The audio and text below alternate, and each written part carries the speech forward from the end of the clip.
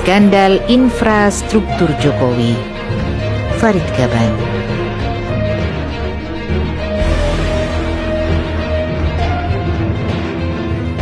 Presiden Jokowi getol membangun jalan tol. Itu sering dibangga-banggakan sebagai satu tonggak sukses pembangunan infrastruktur pada masa pemerintahannya.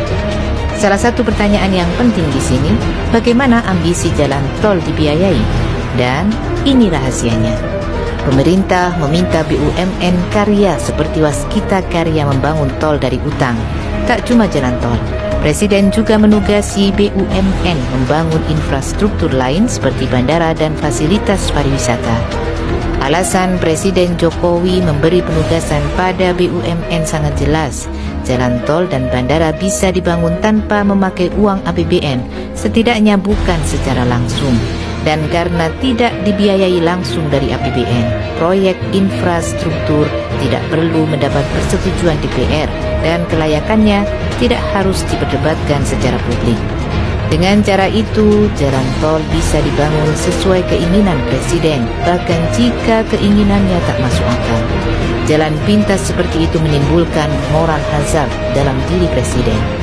Ambisi mewariskan legasi infrastruktur yang makin memabukkan, seperti pembangunan IKN tanpa peduli dampaknya.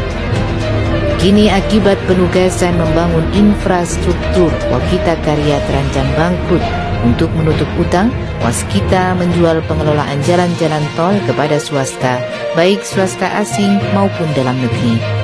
Angkasa Pura BUMN lain kini juga menawarkan pengelolaan Bandara Soekarno-Hatta dan Ngurah Rai, dua bandara terpenting di Indonesia, ke investor swasta asing. Itu belum akan cukup. Pemerintah sepertinya harus menambal utang-utang BUMN dari dana APBN. Artinya rakyatlah yang menanggung uang itu. Apa yang bisa kita simpulkan dari situasi ini? Upaya menjual pengelolaan jalan tol dan bandara ke swasta pada dasarnya adalah proses privatisasi layanan transportasi.